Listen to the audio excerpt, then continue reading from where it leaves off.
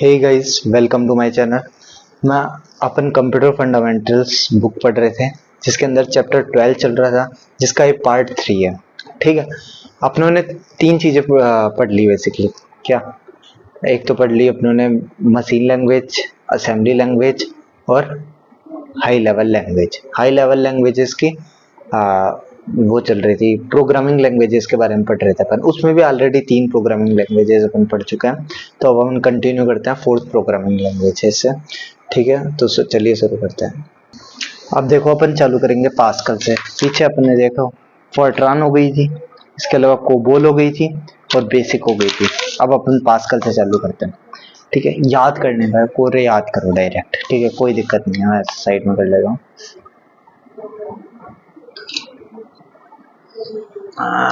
चलो भाई, चलते हैं। पास्कल, इसका नाम पड़ा था ब्लेस पास्कल के नाम से। याद करने का कोरा देखो अब गौर से। स्विट्जरलैंड के फेडरल इंस्टीट्यूट ऑफ टेक्नोलॉजी, जो कि जूरिच में है, ठीक है, उसके निकोलस वर्थ ने इसको बनाया था। स्विट्जरलैंड के जूरिच में फेडरल इंस्टीट्यूट ऑफ टेक्नोलॉजी के में निकोलस वर्थ नाम का एक महान इंसान रहता था, जिसने पास्कल बनाया था ब्लेस पास्कल के नाम से। कंसिस्ट ऑफ ब्लॉक्स, इसमें ब्लॉक होते हैं। एक होता है बिगिन, स्टार्ट करने के लिए, बंद करने के लिए एंड। ठीक है, बस तैयार रखना है। प्रोग्रामिंग थोड़ी सी नहीं थी। अनसी ने इसे स्टैंडर्डाइज किया था 1983 के अंदर। ठीक है, सूटेबल है साइंटिफिक और बिजनेस एप्लीकेशन के लिए। ठीक है, साइंटिफिक और बिजनेस एप्लीकेशन पूछेगा भी। अब इसमें डीप मत जाओ कि साइंटिफिक एप्लीकेशन के लिए कौन सी लैंग्वेज यूज करनी है। एग्जांपल में दिया हुआ है, ऑप्शन में दिया हुआ है पास्कल, कोबोल, एल्गोल, स्नोबॉल। सीधा टिक लगाना है पास्कल। ठीक है, वैसे पूछेगा ये कि कब किसने बनाई, कौन कहाँ पे बनाई, किसके नाम से बनाई, बस ये पूछेगा। अनसी ने कब स्टैंडर्डाइज कर देगा, इससे ज्यादा नहीं पूछेगा। फिर आती है C++। ठीक है, इसकी तो आगे पूरी लैंग्वेज पढ़ेंगे अपन। सी को बनाया था डेनिस रेटची और ब्रायन कैर्निगन। अब आप कुछ भी प्रोनाउंस कर लो कि KERNIGHAN। ठीक है, 1972 के अंदर बनाया था AT&T's लेबोरेटरीज के अंदर। ठीक है, याद रखना है, सीधी सी बात है। यूज कंपाइलर, ये कंपाइलर्स का यूज करता है। नहीं पता तो इससे पिछली वीडियो देख लो, आपको मिल जाएगा क्या है। Support modular and structured programming, ये मुझे आपको समझाना पड़ेगा। मॉड्यूलर एंड स्ट्रक्चर्ड प्रोग्रामिंग को सपोर्ट करता है। ठीक है, मॉड्यूल्स का मतलब मैंने आपको बताया था, कोड आपने नहीं पढ़ा हो तो छोटे छोटे पार्ट्स के अंदर डिवाइड कर देते हैं। ठीक है, और वो पार्ट्स में डिवाइड होते हैं फंक्शन से। फंक्शंस डिवाइड करता है इन छोटे छोटे पार्ट्स के अंदर। ठीक है, छोटे छोटे पार्ट मतलब ऐड करना है, उसका अलग से अपनों ने एक फंक्शन बना दिया। ऐसा समझ लो आप कि सी लैंग्वेज है ना, वो एक मोहल्ला है। क्या है? मोहल्ला। उसमें छोटे छोटे अपनों ने घर बना रखे हैं। ठीक है, हर घर में वो मोहल्ला है, ऐसा मोहल्ला है जैसे हर जनों का अलग होता है। जैसे हर का अलग होता है, जैसे शर्माओं का मोहल्ला, कुमाऊतों का मोहल्ला, पहले ऐसे होते थे सारे के सारे। ठीक है, तो वो सब मिल बांट के रहते थे। ठीक है, तो अपनों ने फिक्स कर रखा है कि आना कहते हैं इस घर में जाना है, इस घर में यह है अमीर, तो ये अपने को क्या है, टीवी वगैरह दिखाएंगे। पुराने टाइम की बात कर रहा हूँ। ठीक है, टीवी दिखाएंगे ये अपने को। ठीक है, इस घर में जाना है, ये आंटी जी बहुत बढ़िया खाना बनाती है।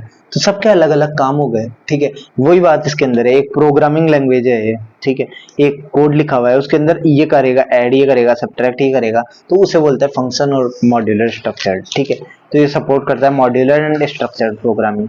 ठीक है, फर्स्ट मेजर यूज जो सीखा हुआ था वो बहुत इंपॉर्टेंट है। यूनिक्स ओएस, पूरा का पूरा ऑपरेटिंग सिस्टम है ना, पूरे ऑपरेटिंग सिस्टम के अंदर यूज हुआ था यूनिक्स जो बना था ओएस, वो सी पे ही बना हुआ है। ठीक है, बुक लिखी गई थी इस पे एक, जो कि इसके राइटर ने लिखी थी, जो कि K&RC स्टाइल। ठीक है, K&RC स्टाइल, ये भी आपको याद रखना है। अनसी ने इसे कब स्टैंडर्डाइज किया? 1989 के अंदर। ठीक है, C++ के बारे में बहुत कम दे रखा है, आपको इतना याद रखना है कि बाजार ने स्ट्रॉस्ट्रप ने बनाया था इसे बेल लैब्स के अंदर 1980s के अंदर। फिक्स डेट नहीं दे रखा, 1980s दे रखा है। ठीक है, इसका फर्स्ट इम्प्लीमेंटेड, पहली बार इम्प्लीमेंट, कोड का इम्प्लीमेंट है ना, पब्लिकली किया गया था 1985 के अंदर। ठीक है, फिर आती है अपनी जावा। ठीक है, जावा देखो use for internet based application, internet based applications के लिए यूज होती है, ठीक है। और देखो जो लैंग्वेजेस है ना जितनी भी, सी, सी प्लस प्लस, उनके अंदर क्या दिक्कत आती है कि देखो अगर अपन इंटरनेट से कोई सी प्लस प्लस में कोई कोड लिखा हुआ है, उससे कोई अपने ने सॉफ्टवेयर डाउनलोड किया, ठीक है, तो वो अपने कंप्यूटर में आएगा सोर्स कोड के फॉर्म में, ठीक है।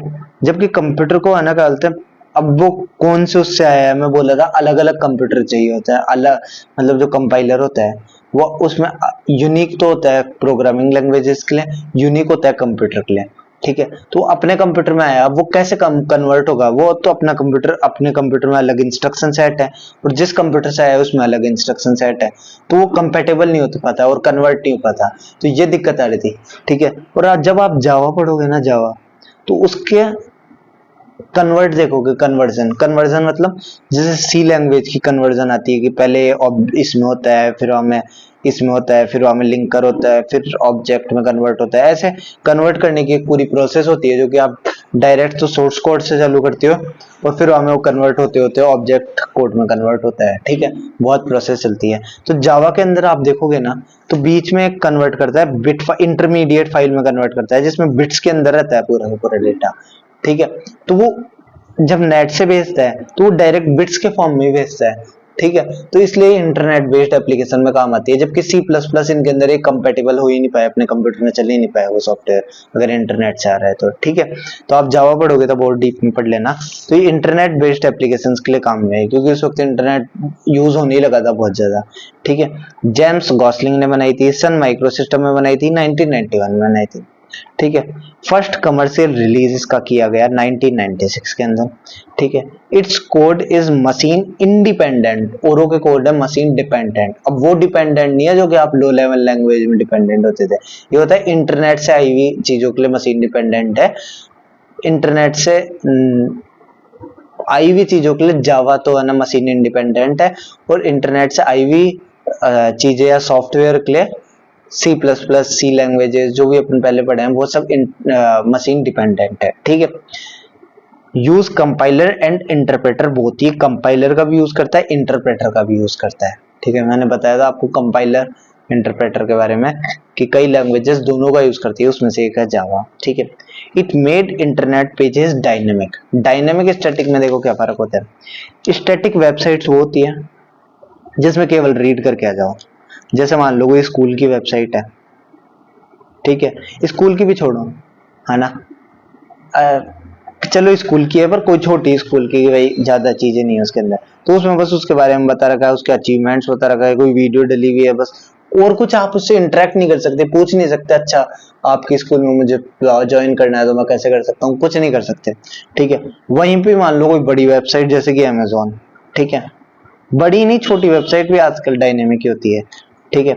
उसके अंदर क्या कर सकते हैं अपन ऑर्डर प्लेस कर सकते हैं, मतलब सर्वर से बात कर सकते हैं। इनके अंदर क्या था, सर्वर से बात नहीं कर सकते, बस जब सर्वर वन साइडेड वे थे, वन साइडेड था ये, है ना, कि मतलब एक साइड में इंफॉर्मेशन भेज दिया, आप नहीं भेज सकते सर्वर को इंफॉर्मेशन। इसके अंदर अपन सर्वर को भेज सकते हैं, इंटरेक्ट कर सकते हैं सर्वर से, तो जो सर्वर से इंटरेक्ट कर सकता है उसे बोलता है डायनेमिक वेबसाइट, जो सर्वर से इंटरेक्ट नहीं कर सकता उसे बोलता है स्टैटिक वेबसाइट्स, ठीक है।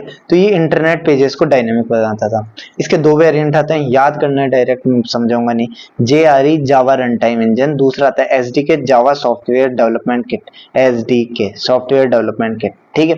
दो वेरिएंट आते हैं, इसके अंदर दो सब पार्ट्स हैं, J2SE, J2EE, Java two standard edition, Java two enterprise edition, याद रखना है और कुछ नहीं, ठीक है। फिर हमें आती है C हैश, इसे बोलते हैं C शार्प भी, ठीक है। इसे बनाया था एंडर्स हेजल्सबर्ग जो कि माइक्रोसॉफ्ट में काम करते थे। ये क्या ऑब्जेक्ट ओरिएंटेड प्रोग्रामिंग लैंग्वेज है, ठीक है। स्टैंडर्डाइज्ड किया गया था इसे ISO द्वारा, औरों को किया गया था ANSI द्वारा, इसको किया गया था ISO इंटरनेशनल स्टैंडर्ड ऑर्गेनाइजेशन, ठीक है। और किया गया था ECMA द्वारा, यूरोपियन कंप्यूटर मैन्युफैक्चरर एसोसिएशन, याद रखना है आपको, ठीक है। आगे चलते हैं।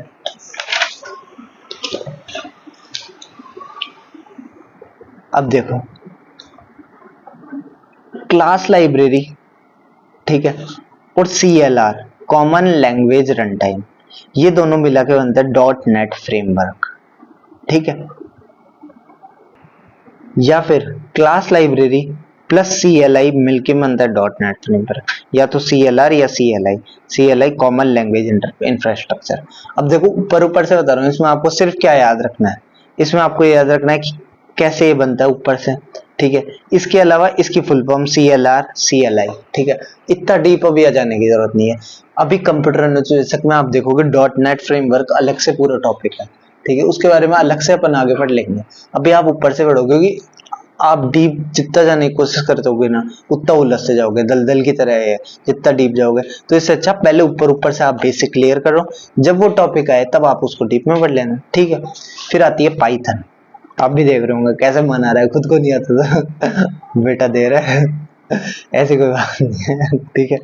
फिर अब है पाइथन, मैं आगे आपको बता दूंगा। आती है मुझे C लैंग्वेज भी आती है, C++ भी आती है, लिंक लिस्ट वगैरह उनके जो डेटा स्ट्रक्चर उनके कोडिंग इम्प्लीमेंटेशन भी अभी कर रहा हूँ मैं, अभी वर्किंग में है, क्योंकि मैं भी अभी कोई मास्टर तो नहीं, पढ़ाई में सब चीजें, ठीक है। तो पाइथन के बारे में पढ़ते हैं। नीदरलैंड के गुइडो वैन रोजेम ने बनाया था, कुछ भी पढ़ लो जैसे आपको याद हो ना वैसे पढ़ लो, ठीक है।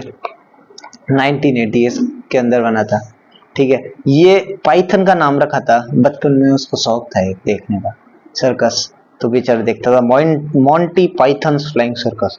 अब आप तो ये देखो 1980s में तो उसने पाइथन बनाया, उसका बचपन कब होगा, 1956 के आसपास मान लो, है ना। तो उस वक्त टीवी आ गया था उसके घर पे, देखता था, बहुत बड़ी बात थी उस वक्त। इंडिया में तो बिल्कुल नहीं था, इंडिया में तो 1995 तक भी नहीं आया था इतना अच्छे से सबके घरों में, ठीक है। मॉन्टीज पाइथन फ्लाइंग सर्कस देखता था, उससे इसने नाम दिया था। पहला वर्जन आया इसका 1991 में। यह है फ्री और ओपन सोर्स। फ्री का मतलब जो कोई भी डाउनलोड करके कोड कर सकता है, ओपन सोर्स मतलब इसका कोड कोई भी देख सकता है, ठीक है। कोड कर भी सकता, डाउनलोड भी कर सकता है और कोड देख भी सकता है कैसे बनी है, ठीक है। 2000 में आई पाइथन 2.0, पाइथन 3.0 आई 2008 में। इसका ओनर कौन है, इसका ओनर पूरे का पूरा एक फाउंडेशन टीम है, पाइथन सॉफ्टवेयर फाउंडेशन, ठीक है। It is both procedure and object oriented. ये ऑब्जेक्ट ओरिएंटेड भी है और प्रोसीजर भी है। प्रोसीजर मतलब वही स्ट्रक्चर्ड प्रोग्रामिंग जो मैं आपको बता रहा था, वो दोनों की दोनों है, ठीक है, प्रोसीजर और ऑब्जेक्ट ओरिएंटेड।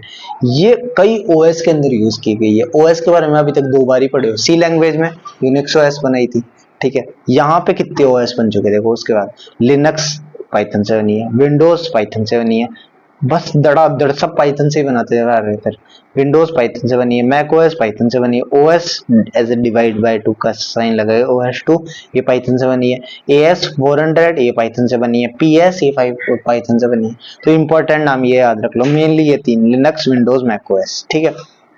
ये कहीं को यूज करती है, ये यूज करती है इंटरप्रेटर को, ठीक है। ये सब याद करने का इंपॉर्टेंट मैंने छाट ली। एक्सटेंसिबल एंड एम्बेडेड है, ठीक है। एक्सटेंसिबल एंड एम्बेडेड मतलब आप पाइथन लैंग्वेज लिए, ठीक है, इसको किसी दूसरे प्रोग्रामिंग या फिर दूसरा आप कोई सॉफ्टवेयर लिख रहे हो या फिर उसके अंदर आप एम्बेड कर सकते हो, डाल सकते हो, इसको आप एक्सटेंड कर सकते हो उसके अंदर, ठीक है, कोई दूसरे सॉफ्टवेयर के अंदर। और ये फ्री है, ओपन सोर्स है, तो कोई कॉपीराइट उसका भी इशू नहीं आएगा, ठीक है। तो एक्सटेंसिबल एंड एम्बेडेड है। ये करती है पाइथन स्टैंडर्ड लाइब्रेरी। पाइथन अगर आप पढ़ोगे ना तो उसमें आधा काम लाइब्रेरी का है, आधा से ज्यादा लाइब्रेरी है, सारा का सारा उसका बैकबोन लाइब्रेरी है, ठीक है। इसके अंदर एक लाइब्रेरी यूज होती है पाईपाई। क्या पाईपाई? पाइथन पी से package index, Python package index, ठीक है। इसके अंदर अलग से और 1000 लाइब्रेरी है। लाइब्रेरी मतलब जो कि काम करवाती है छोटे छोटे, कि भाई ये स्ट्रिंग का सारा काम कर देगी, ये इसका काम कर देगी, ठीक है। और पाइथन से आज आप देखोगे तो एआई वगैरह इतना फल फूल रहा है, इतने उसके सावन के बादल छाए हुए हैं उसके ऊपर एआई के, ठीक है, पाइथन की वजह से छाए हुए हैं। और एक और एआई की लैंग्वेज है जिसका नाम है लिस्प, उसके बारे में अपन पढ़ते हैं। Lisp, list processing, LI list, P मतलब प्रोसेसिंग, ठीक है। इसे बनाया था जॉन मैककार्थी ने MIT के अंदर 1959 में, ठीक है। फंक्शनल प्रोग्रामिंग लैंग्वेज है। देखो फंक्शनल प्रोग्रामिंग लैंग्वेज मतलब ये ऑब्जेक्ट ओरिएंटेड नहीं है। ऑब्जेक्ट ओरिएंटेड अलग है, फंक्शन अलग है, ठीक है। दोनों को मिला के जिसके अंदर ऑब्जेक्ट ओरिएंटेड है ना उसके अंदर फंक्शन है, पर जिसमें फंक्शन है उसमें ऑब्जेक्ट ओरिएंटेड नहीं है। आप कंफ्यूज हो गए होंगे। सिर्फ ये ध्यान रखो आगे आप कॉन्सेप्ट पढ़ोगे, वैसे आपको पता होगा, नहीं पता तो देखो, जिसमें फंक्शन होंगे ना उसमें ऊप्स हो भी सकता है, नहीं भी हो सकता। जिसके अंदर ऊप्स होगा, ठीक है, ऊप्स होगा, उसके अंदर 100% फंक्शन का कॉन्सेप्ट होगा ही, ठीक है। या फिर मैं ऐसे कह सकता हूं, एक डायग्राम बना के फंक्शन और यो ऊप्स, मतलब ऊप्स में फंक्शन होगा, फंक्शन सारे के अंदर ऊप्स हो या नहीं हो ये नहीं पता, ठीक है। या फिर मैं गलत बना दिया है डायग्राम, डायग्रामेटिकली नहीं बनाता मैं, वैसे ही समझ लो। फंक्शन जहां पे होंगे वहां पे ऊप्स हो भी सकता है, नहीं भी हो सकता, है ना। जहां पे ऊप्स होंगे वहां पे फंक्शन जरूर होगा। तो यहाँ पे बोल रहे हैं फंक्शनल प्रोग्रामिंग लैंग्वेज है, ठीक है। इसके अंदर अलग से मेंशन नहीं किया ऊप्स भी हैं, तो मतलब इसमें ऑब्जेक्ट ओरिएंटेड नहीं है, ठीक है। इसके बाद में contain data in list with pointers, ठीक है। आगे आप पढ़ोगे लिंक्ड लिस्ट, ठीक है, जिसमें क्या होता है, पॉइंटर्स होते हैं ऐसे, ठीक है, पॉइंट करते रहते हैं आगे डेटा को स्टोर करने के लिए। तो बस वैसे ही ये डेटा को स्टोर करते हैं, ठीक है। एक चौथाई एरिया लिस्प से कवर है एआई का, ठीक है। एआई का एक चौथाई एरिया लिस्प से कवर है, लिस्प से करते हैं लोग एआई की प्रोग्रामिंग, ठीक है। फिर आगे बढ़ते हैं आखिरी लैंग्वेज स्नोबॉल। इसका नाम बड़ा वो डिफरेंट है, पता नहीं किसने दिया। इसमें एस का मतलब है एस और एन स्ट्रिंग, अब एस उसने यहाँ चूज किया है, एन यहाँ चूज किया है, ठीक है। वो मतलब ओरिएंटेड। बी सिंबॉलिक का बी उठाया है, ये पता नहीं कौन सी बुद्धि थी उसके, ठीक है। तो S string, N string, oriented symbolic language, ठीक है, ये इसका नाम है।